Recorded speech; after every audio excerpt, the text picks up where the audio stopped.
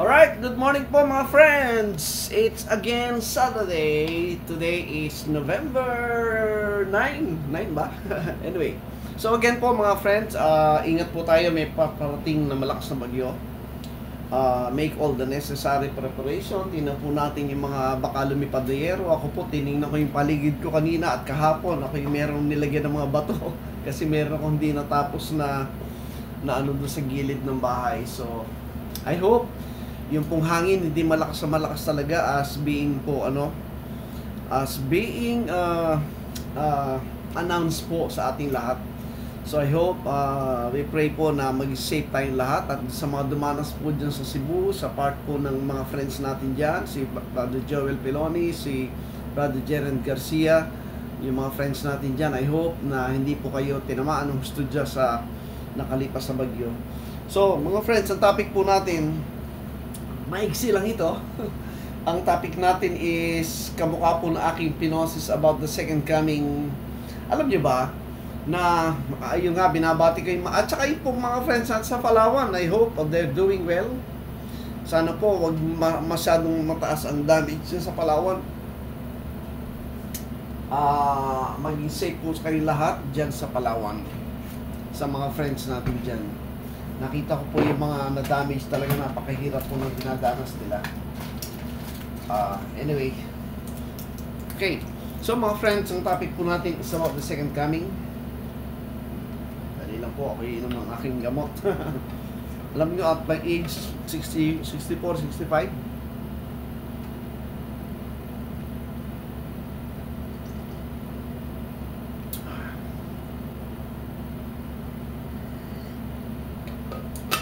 nag-gunting po, alam nyo, blessing sa Panginoon. Wala pa po akong maintenance. Nakakain ko pa po lahat ng pwede kong at gusto kong kainin. The only problem ko po is yung tinatag na post-nasal drip, kaya mayroon po ako ng Decolgen. Alright, so, and before that po pala, ako po nakikiramay sa auntie namin dyan sa La Paz. Nabalitaan ko po, kahapon po namatay. Binawian ng buhay, and I hope makapunta po kami. Sana hindi lumakas, magpatuloy na malakas ang bagyo at ang ulan. I hope makapunta po kami before Sunday. Kung hindi man po, after ng bagyo na siguro kami makapunta dyan.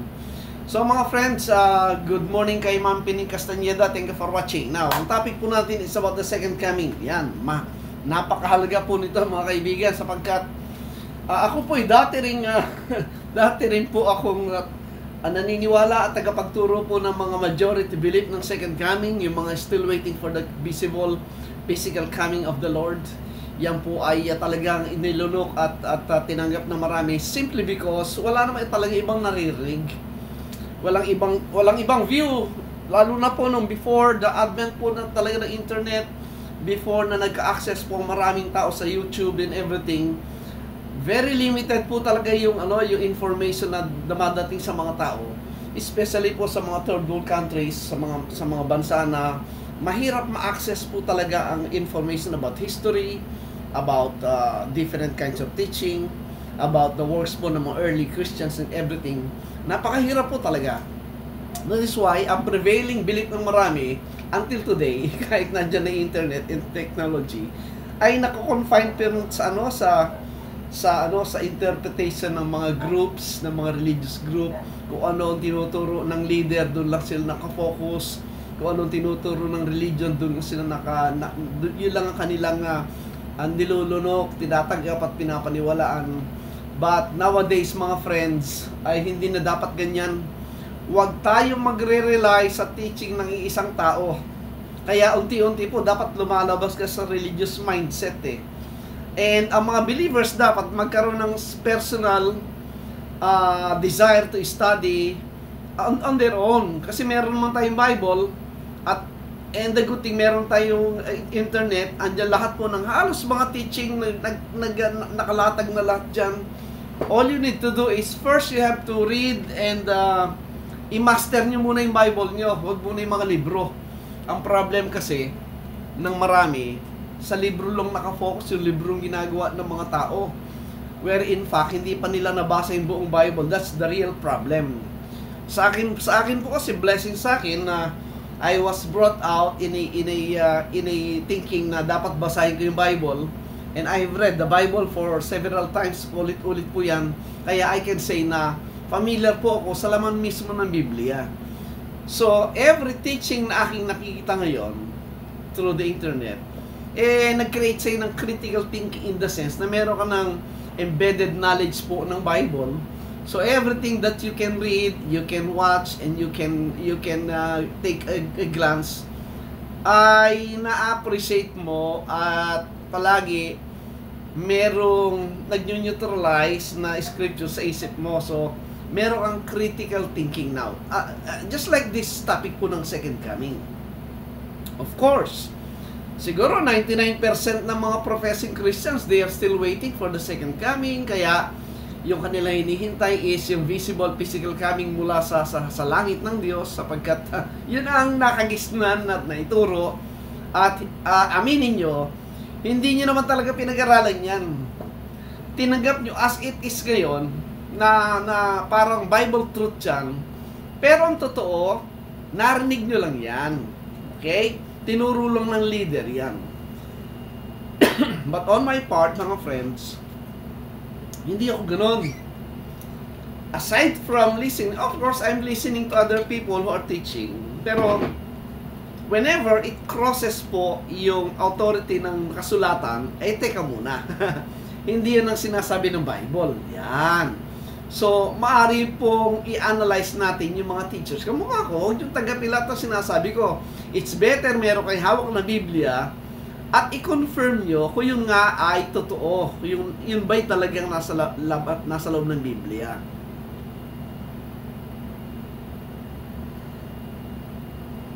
Okay.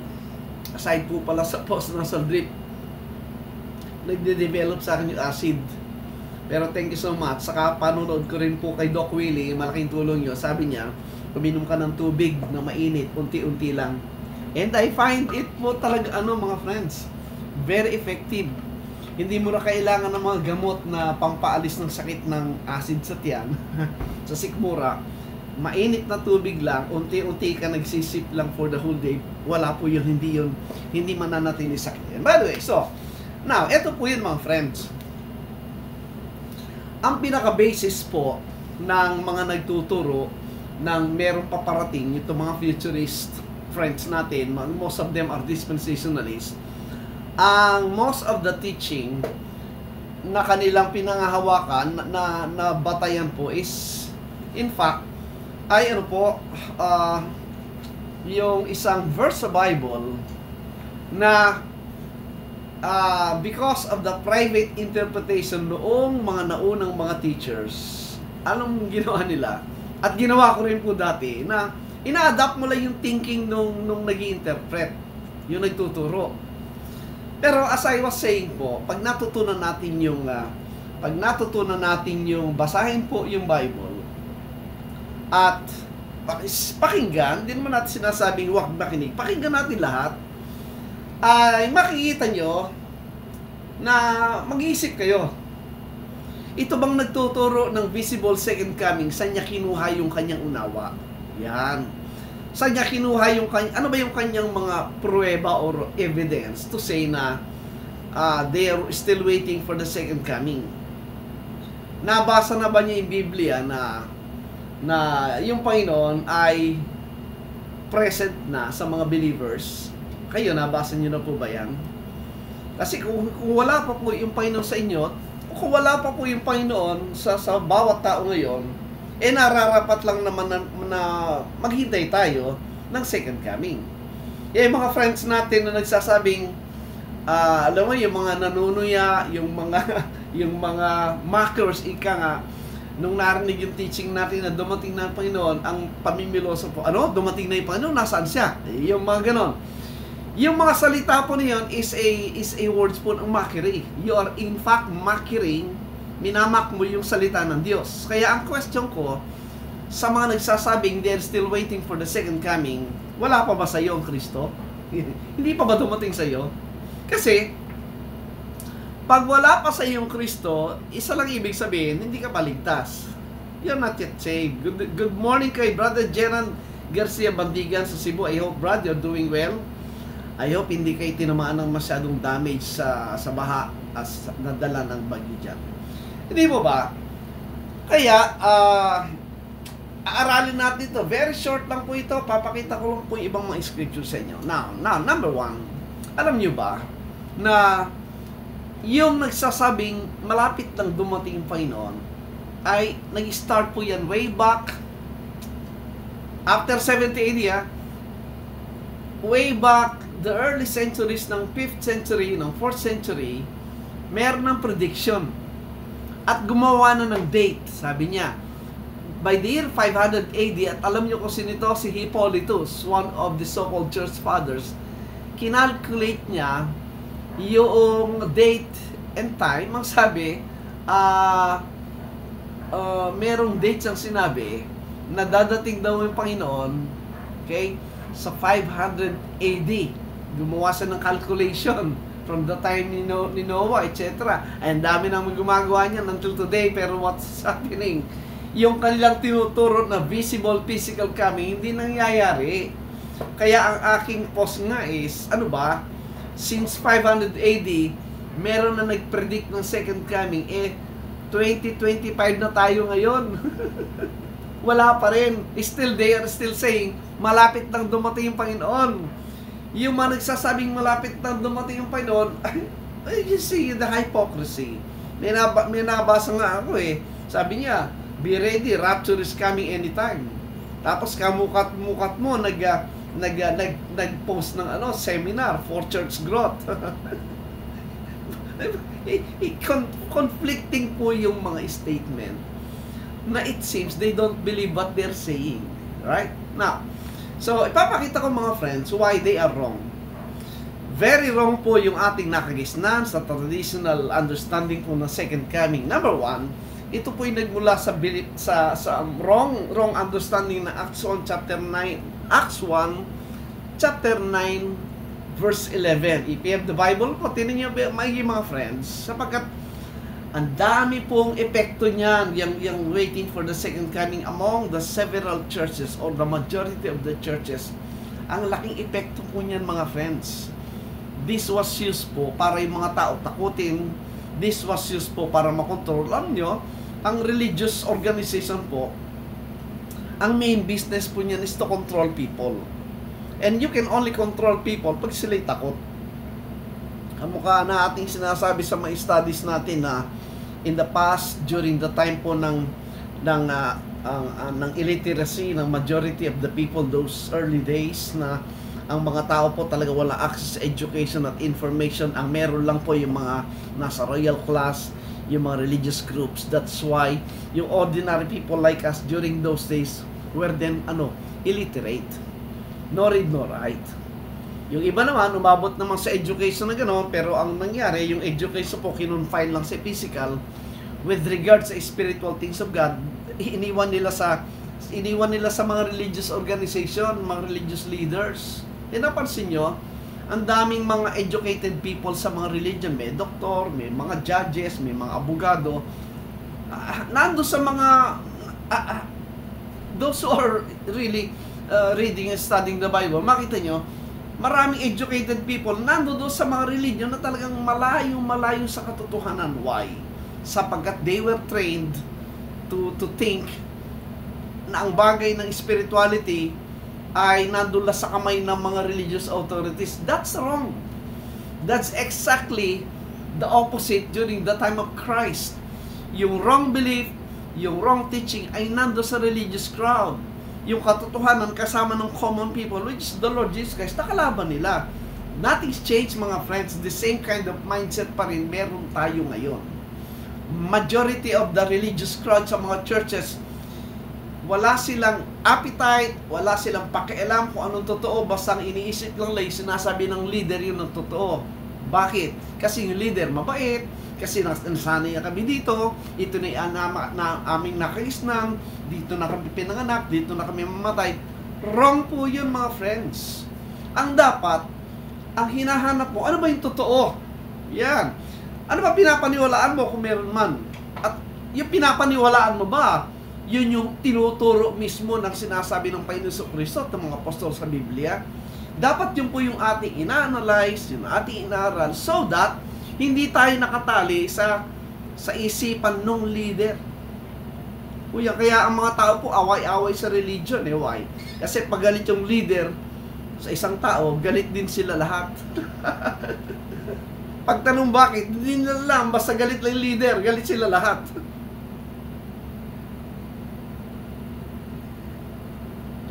Alright, now, ito mga friends, ito po yan. Ang basis ng marami to say na hinihintay nila yung physical, visible coming of the Lord ay nandito po sa mga passages ng Acts chapter 1, verse 9 hanggang 11. Babasahin ko po If you have the Bible po, much better. Hawak niyo yung Bible nyo.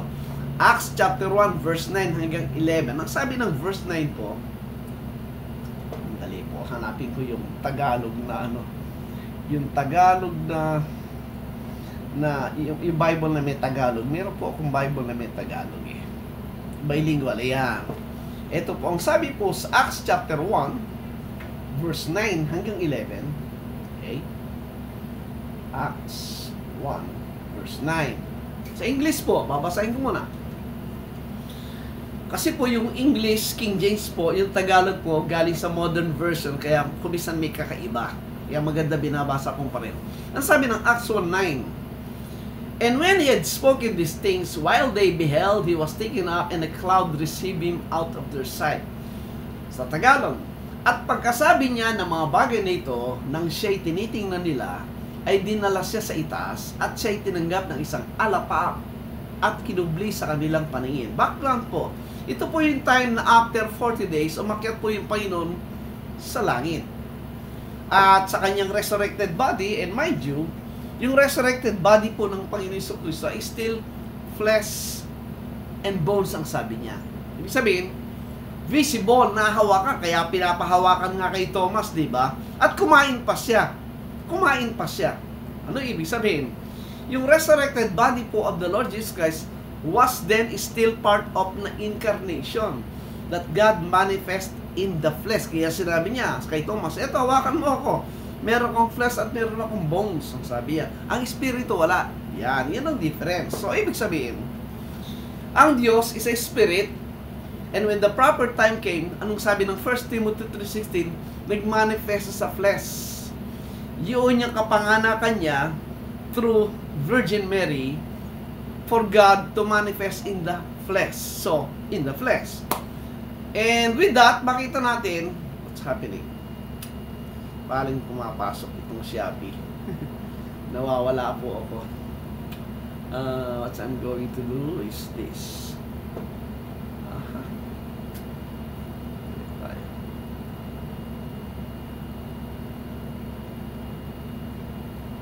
Okay. Saan na kayo?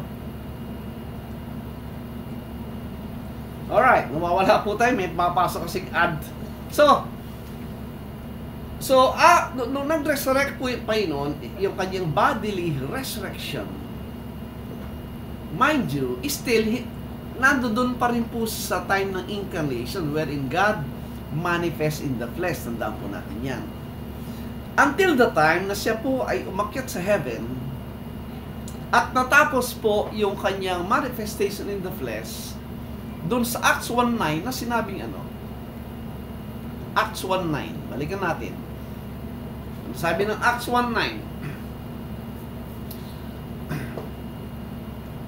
I hope you're reading your Bible po para makita nyo ito. For you to see po kung ano yung aking naisipakita sa inyo as part ng ating study po. Ito po ay magbibigay sa atin ng maliwanag na unawa yun bang physical, bodily second coming ay ipinangako ng Panginoon Jesucristo. Alam nyo, wala pong pangakong ganon na babalik siya sa physical, bodily, visible coming. Yun po ay binuulang sa isipan nung mga tagapagturo na kumopya sa tagapagturo, na kumopya sa ibang tagapagturo, na binasa lang yung talatang 9 hanggang 11, pero hindi inanalyze ko anong mga nakita. Sa Acts 1:19 na nyo. So, nung nag-resurrect yung Panginoon after 40 days, at dito nga po, paakyat na sa heaven, at nakita nila Siyempre, nakita lang yung physical bodily na umaakyat sa heaven, pero ang huling part po, makita nyo, yung huling bahagi ng verse 9, ang sabi, and a cloud received him out of their sight, sabi niya. Ano sa Tagalog? At ang isang alapap ay kinubli sa kanilang mga paningin. Ano ibig sabihin? Ang question dyan, ano yung last image na nakita nila? Still ba yung physical bodily coming o yung cloud? At sinabi, nang tinanggap siya sa cloud, ano nangyari? Hindi na siya nakita. Right? Verse 10. Sabi ng 10. And while they looked steadfastly toward heaven, he went up. Sabi, behold, two men stood by them in white apparel. At habang umakyat siya, ang sabi, at pinagmamasdan ng apostol yung pag-akyat sa langit ng Panginoon. Tandaan nyo, ang nakita una pag-akyat yung bodily, physical, visible image. Pero at that point, pumasok doon sa cloud. And from there, and a cloud received him out of their sight. The last image na nakita nila ay cloud. Right. So with that, sabi ng mga angels na dumating, anong tinitingnan nyo? Right? At sabi sa 11, which also said, ye men of Galilee, why stand ye gazing up into heaven? Okay, yung mga taga-Galileo, bakit kayo nakatayo dyan at nakating sa kalangitan? Tinatanong sila. This same Jesus, which is taken up from you into heaven, shall so come like manner as ye have seen him go into heaven, ang sabi niya. Alright. From here po, dun sa verse 11, gumawa ng conclusion yung mga tagapagturo, no? Tingnan mo kung sabi ng 11, kung paano mo nakita umakyat si Jesus, ay ganun din naman yung kanyang muling pagbalik, ang sabi niya. Ang problema po sa thinking ng mga nagtuturo, ang na-retain sa isipan nila yung physical visible body ni Kristo, that which is still part po ng incarnation, pagkakatawang tao ng Diyos. Right? And I can prove that po sa mga statement mismo ng Panginoon. That is why, nag-conclude agad, yung kanyang coming, sabi, ay physical visible body. Kung paano umakyat yung Panginoon na merong flesh and bones, ganun din bababa. Wrong po. Good morning kay Brother Ed. Thank you for watching. Wrong. Pag binasa mo yung 9, the last image na nakita nila, hindi na yung physical body, kundi yung cloud. Ang problema po kasi, maraming, and even me po, guilty ako doon, na binaliwala ako yung 1.9, Acts 1.9, at inignore ko yung cloud. Kasi ang thinking ko yung cloud, parang wala lang. Pero mali po. Alam niyo kung bakit? Alam niyo kung bakit? Sapagkat, ito pa, pakinggan nyo lahat ng sinabi ng Panginoon, lahat ng pangako ng Panginoon Jesucristo, ang sinabi niya, He will come in or with a cloud. Yan. Kaya, babasahin natin yung mga talata na yan at tumpak na tumpak yun ang sinabi ng dalawang angels na sa verse 10 na sinabing kung paano yung nakitang umakyat yung Panginoon, ganun nyo ring makikita sa kanyang muling pagbabalik. Now, I can boldly say, if I may use the word, dogmatically say, na yung huling nakitang image, yun din ang makikitang muling babalik ayon sa talata ng Biblia. Ano yung huling nakitang image? Not the physical visible body, but yung cloud. At isipin nyo ito, sa mga friends nating mga pure dispensationalist, futuristic literalist. Yeah. Mag-stick kayo sa pagiging literal kung kayo ay babasa talaga in a literal sense. Pag sinabing in the cloud or with the cloud, in a literal sense, nakakita na ba kayo ng cloud? Eh, siyempre, pagdating sa langit, naka-experience na ba kayong pumasok sa cloud? Yan. At sa Baguio nga lang, di ba, pag merong fog, ang hirap makita ng mga kasalubong.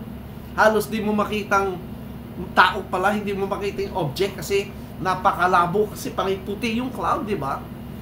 Doon ko papasok sa literal sense nung sinasabi a cloud. Hindi yung nakatungtong yung Panginoon sa cloud, kamukha ng mga picture ginagawa ng mga comics na yung Panginoon daw sa second coming nakatayo raw sa cloud. Kaya ang tanong natin, gaano kalaki yung physical Jesus na dadating? 5 feet? 10 feet? Gaano kalaki? Gaano kalapad? Gaano katangkad? Para masabing nakatungtong sa cloud. Gaano kalaki at kaliit yung cloud? Yan po yung question dyan. Hindi yung masasagot dyan. Kasi nag-i-speculate lang. Pero what we are going to see for today, kamukha ng sinasabi kong mga friends, yung sinasabi na siya'y dadating kung paano yung nakita umakyat at dadating siya babalik siya bababa, ay yung kanyang physical, visible coming, hindi po sinabi ng Biblia yon. Wala kayong mapapakitang talata sa Biblia na mayroon siyang promise ng physical, visible, we can say, second coming in the terms na ginagamit na physical yon. Wala. What I'm going to read po sa inyo is consistent sa sinasabi na Acts 1:9 hanggang 11 na yung huling image nga ay cloud.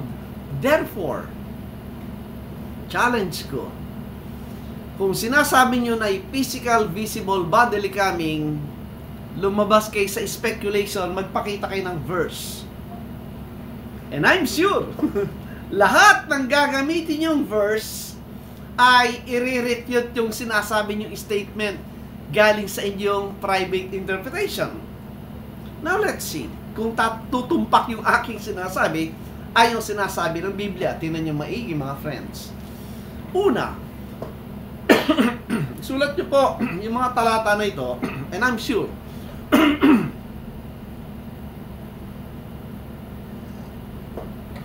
maunawaan nyo. At kung naniniwala kayo sa Biblia, mas papaniwalaan natin nakasulat. Alright. Here are the promise of the Lord. Tingnan nyo. Una, sinabi niya sa Matthew 16:27. Tingnan nyo. Anong sabi niya? For the Son of Man shall come in the glory of His Father with His angels, and then He shall reward every man according to his works. Now, this is the statement ng Panginoon. Alam nyo, describe niya yung manner ng kanyang coming, which is, sabi niya, shall come in the glory of His Father with His angels. Tandaan ninyo, ang kausap po dito ay hindi tayo. Hindi tayo. Malayo-malayo. Nung nagsasalita ang Panginoon, sino kaharap niya? Yung mga Hudyo. At tandaan natin, yung thinking at lengguwahe ng mga Hudyo ay hindi po aakma sa ating sarilang isipan. Why? Because the statement na sinasabi ng Panginoon Jesucristo ay may sangkap po ng history nila as a nation. At nung sinabi ng Panginoon na He will come in the glory of His Father with His angels, meron pong idea dyan yung mga kausap niya. Merong idea yung kausap niya. Now, tingnan nyo maigi. Papakita ko sa inyo. Kaya, yung mga pariseo, mga high priest, yung mga unbelieving Jewish people, tinawag nilang blasphemy yung pangakong coming ni Jesus Christ. Why? Because nga, dinescribe niya yung coming niya that He will come in the glory of His Father. Doon sa statement na yun, walang nakakaalam sa atin kahit isa that time that it was stated and written. Wala. Dahil experience nila yung coming in the glory of His Father, alam nila yon.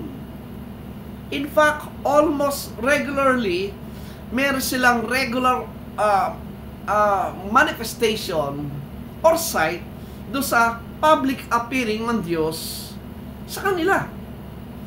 And every time there is the public appearance ng Panginoon for the whole of the Israelite people, He come in the cloud. Let me see. Pakita ko sa inyo. Tingnan niyo po. Ano ba yung description ng glory of the Father ni Kristo na sila lang nakakaintindi? Hindi po tayo. Ano yun? Tingnan niyo. Let's see po. Sa Exodus chapter 19. Pakita ko sa inyo yung sinasabing manifestation ng glory of His Father with regard to that statement and title na ginamit po ng Father ay makita na po sa Exodus chapter 19. During the time nang sila lumabas sa Egypt and they were then standing sa Mount Sinai wherein nagpapakita ang Diyos at kinakausap si Moses. And you will see, hindi ba, meron tayong nababasa sa Bible na God spake to Moses, face to face, di po ba? Harapan, kausap ni Moses ang Diyos, just like a friend ang sabi. Now, tingnan nyo maigi mga friends. Palagay nyo ba yung sinasabing face to face kay Moses, nakita niya na mukhaan, ang physical, visible image of God? Yan, pag nag-conclude ka agad without a scriptures, that's a speculation. And 99% wrong yun. Tingnan nyo. Ang sabi ng Exodus 19. Alright? This is how God spake to Moses. And that's how din po God spake to the Israelite people. At ito yung nakita nila. Exodus 19 verse let's see. Verse 9. Exodus 19 verse 9. Anong sabi diyan? And the Lord said unto Moses, Lo, I come unto thee in a thick cloud. Nakakausap ni Moses ang Diyos, pero meron ba siya nakitang visible image?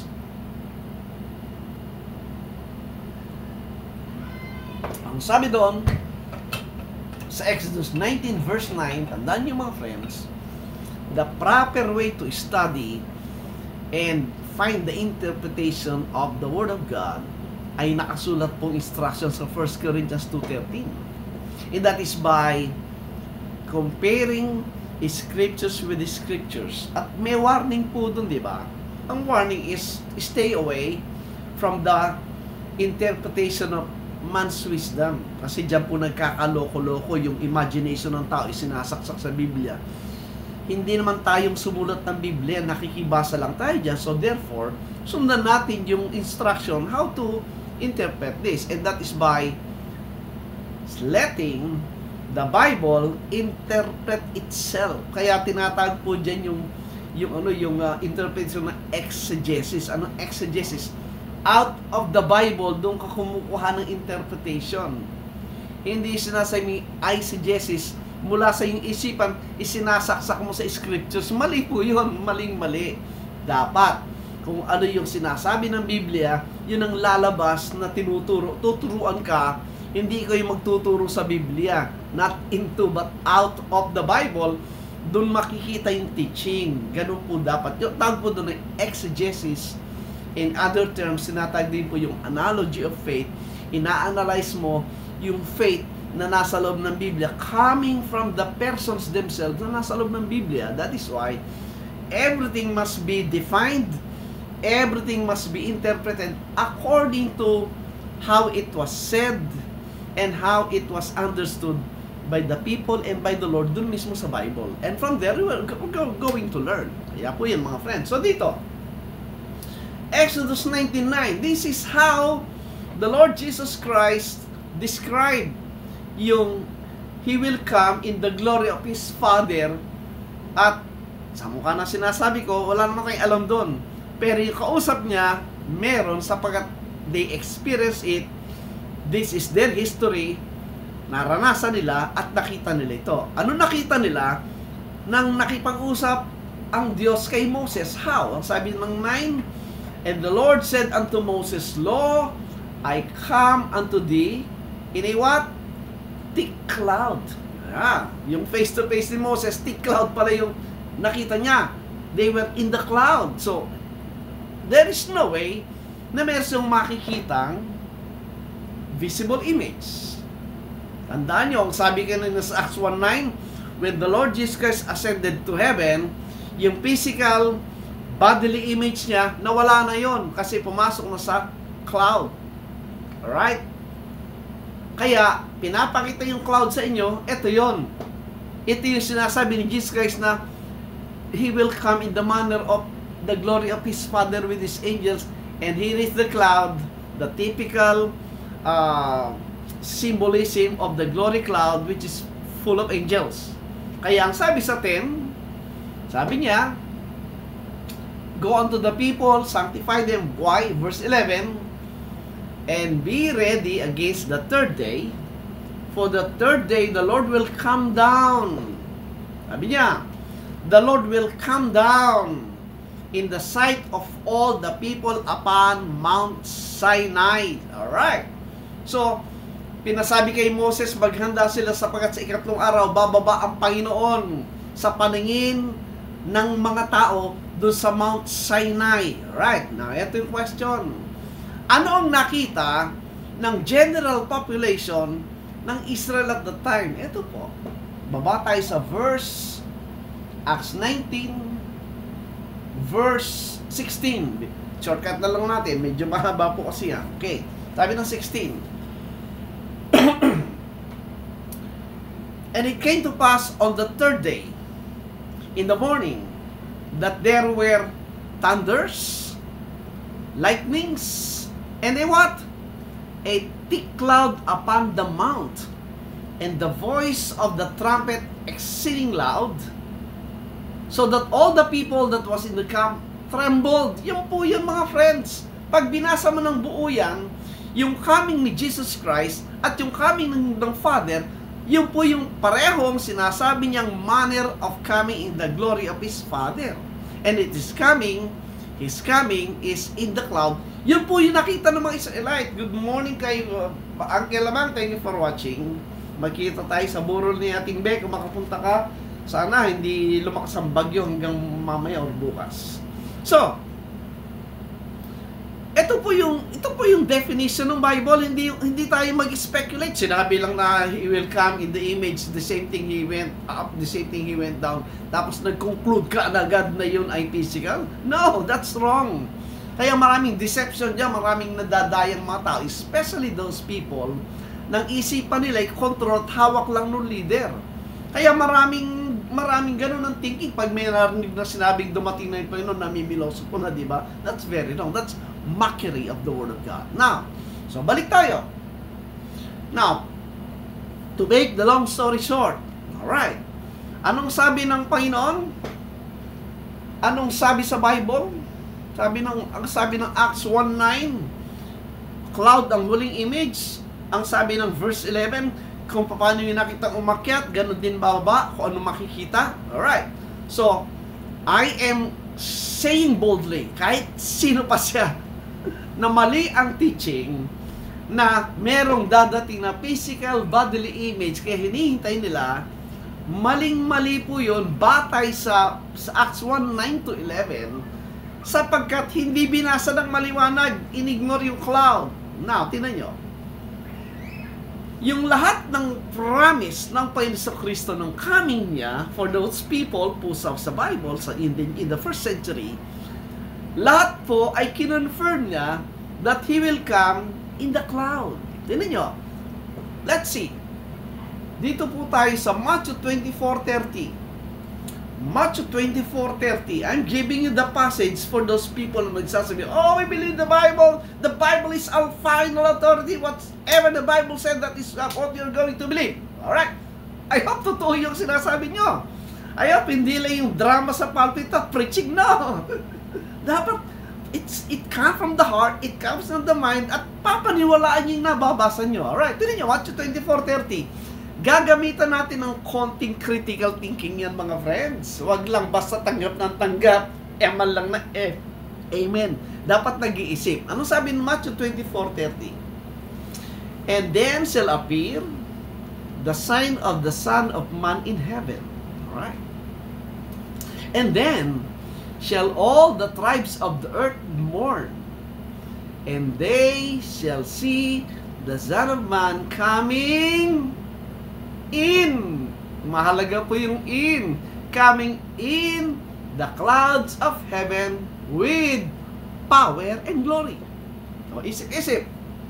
Kamukha kay Moses. Paano sa kinasap ng Diyos? God is in a thick cloud. May nakita bang visible physical image si Moses? Wala.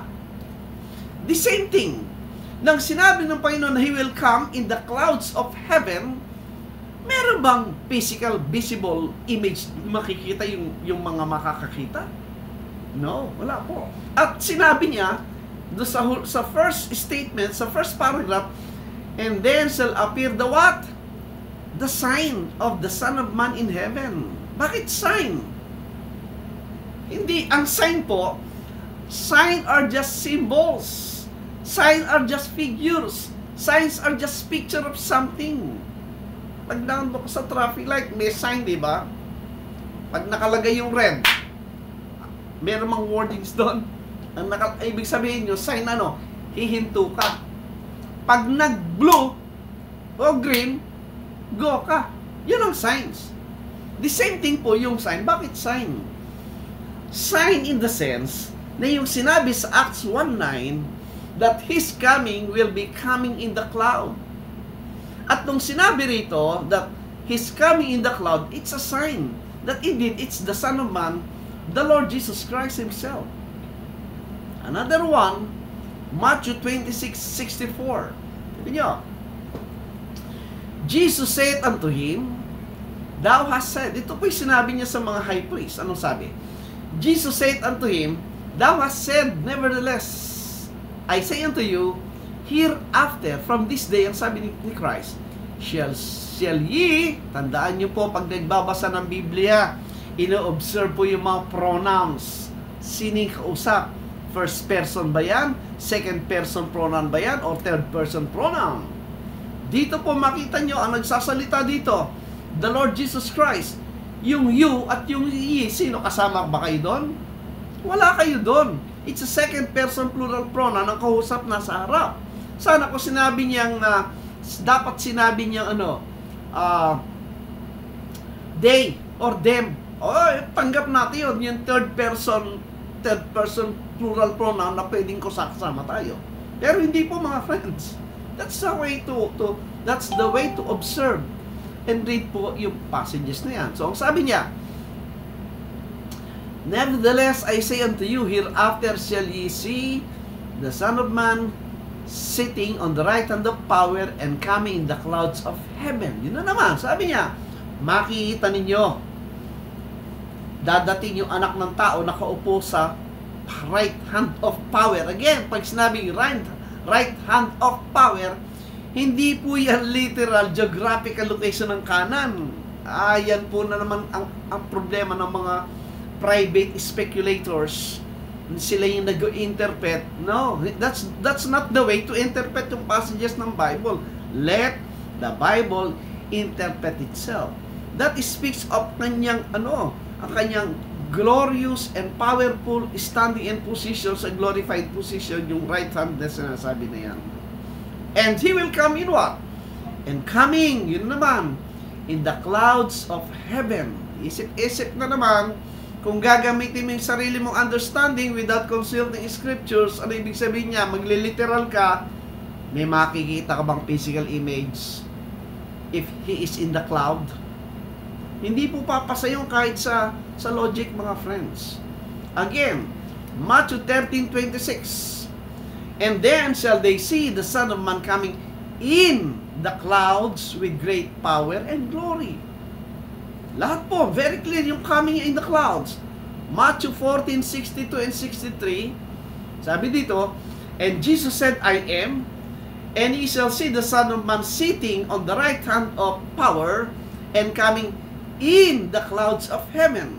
Ang bihira po, mga friends. Now, tingnan nyo. Yung kausap niya mga high priest and the rest of the Jewish people, naintindihan yung sinasabi niya in the clouds. Kaya anong sabi nila? Then, sa Matthew 14:62, sinabi yung 63, eto yung reaction ng high priest. Then the high priest rent his clothes and said, What need ye any further witnesses? Sa ibang passage po, 65, sabi niya, blasphemy yun. Why blasphemy? Sapagkat naintindihan nila na yung coming in the cloud is the manner of God's public appearing in glory and power way back sa Old Testament. Kaya nung sinabi ng Panginoon na He will come in the glory of His Father in heaven, tinawag yung blasphemy ng high priest and the religious crowd. Kaya pansinin nyo, this is one thing that those futurists and literalists greatly miss. At tingnan nyo maigi po, yung 1 Thessalonians 4:17. And here, maintindihan natin. Ito yung ginagamit nilang rapture. Why? Kasi nga, nagpa-private interpretation. And by the coming of the Lord, ang sabi niya sa 1 Thessalonians 4:17, then, we which are alive and remain shall be caught up together with them in the what? Clouds. To meet the Lord in the air, and so shall we ever with the Lord. Pansinin nyo, yung clouds at yung air, parehong ginamit. And again, huwag niyong gagamitin yung sariling understanding niyo dyan. Pag nakita niyo yung clouds at pag nakita niyo yung air, it doesn't speak na dinala kayo doon sa malayong langit. No. It speaks of the spiritual realm, the kingdom of God that comes, and every believer is in the kingdom of God. In the spiritual sense, not in a literal, physical, heavenlies na tinutukoy. No.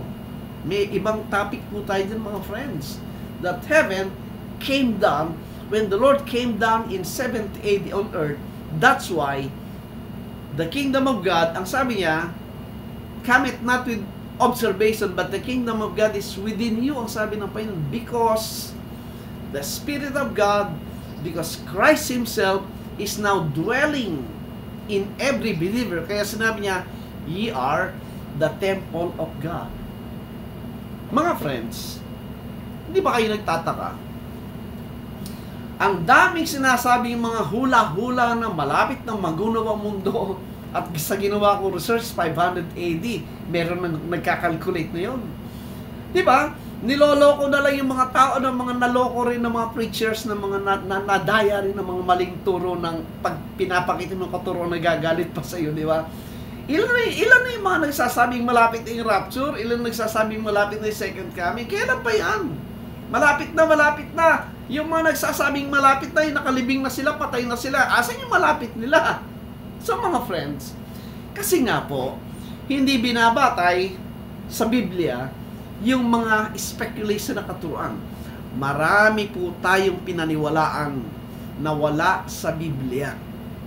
Yun ay isinangkap lang ng mga leaders nung sinauna para takutin, para kontrolin yung mga taong illiterate at that time. Pero ngayon, hey, sa cellphone lang, pumindot ka lang, i-type mo lang sa Google yung gusto mong malaman at maunawaan at aralin, lalabas. Kahit nando ka sa bundok, basta merong signal. Ano ibig sabihin? Hindi na tayo dapat naloloko, nadadaya ng mga relihiyon. Kamukha nito, ginagamit sa politiko yung mga mamang na Pilipino, sa rally-rally, kung sinong gusto pabagsakin, ginagamit ang relihiyon. Pag may gusto manalo, pumupunta sa mga relihiyon. Itong mga relihiyon, pinapasikat ang dami ng miyembro nila because they can bargain for power. Tingnan nyo, pag nanalo, siyempre may utang na loob, ang nasa posisyon, yung mga karelihiyon nila. Tingnan yung gobyerno natin, panay kurakot pa rin. Kung mga tunay yan sa Diyos, hindi dapat kurakot ng bansa ng Pilipinas. Huwag po tayo nang magpapaloko. This is about time. Ang sabi ng Panginoon, renew the spirit of your mind. Get out of religious organization. Alipin ka niyan habang buhay. Hindi lang ikaw, kundi pamilya mo, kanunununuan ng mga kamag-anak mo, alipin ang reliyon sa isipan, sa salita, sa pera, sa pananakot, nandiyan lahat mga friends. What you should do is study the Bible, believe the Bible, and pray that God po ang magbibigay ng unawa, ipakita mo yung katotohanan ng Panginoon sa akin. That must be the prayer and desire po ng mga tao. Regardless kung sino man ang leader mo. Hindi yung leader mo ang Diyos. Ang Diyos, pinapakita yung Diyos ang kanyang sarili sa Biblia. Kaya binabago isip ng mga tao through the truth na nasa Word of God. Pag mali po yung tagapagturo, ipakita niya yung mali niya. And you can help him or her. Kung ay tumanggap, layasan nyo. Ganun yan. Mga friends. So again, thank you so much. I hope mas pinipili po natin ang nababasa natin sa Biblia kesa sa sinasabi ng leader at ng majority ng mga taong wala namang kamuang talaga kung ano sinasabi ng Bible. Alright? So again, thank you so much. Mag-close po tayo sa prayer. Panalangin po natin ang ating bansa at ang sitwasyon natin ngayon sa nalalapit na pagdating ng bagyo na ito. Ama, maraming salamat sa biyaya at buhay. Kayo po ang patuloy na magbukas ng isipan naming lahat. Matutunan namin ang katotohanan, mga pawang katotohanan na nakalagay sa iyong aklat. Panginoon, may paparating po kaming bagyo sa una. Kayo po ang siyang magbigay sa amin ng provision upang maiwasan, upang matakasan po ang maaring masamang dulot po ng bagyo na ito. At sa mga nakaranas po, kayo mag-comfort, mag-provide po ng mga pangailangan. Sa iyo po namin, pinagbibilin at pinagtitiwala ang lahat ng bagyo nito sa iyong kapangyarihan, sa iyong biyaya at buhay po. Sa pangalan ng Panginoon Jesus, ito po ang aming dalangin. Amen. Thank you po. Thank you for watching.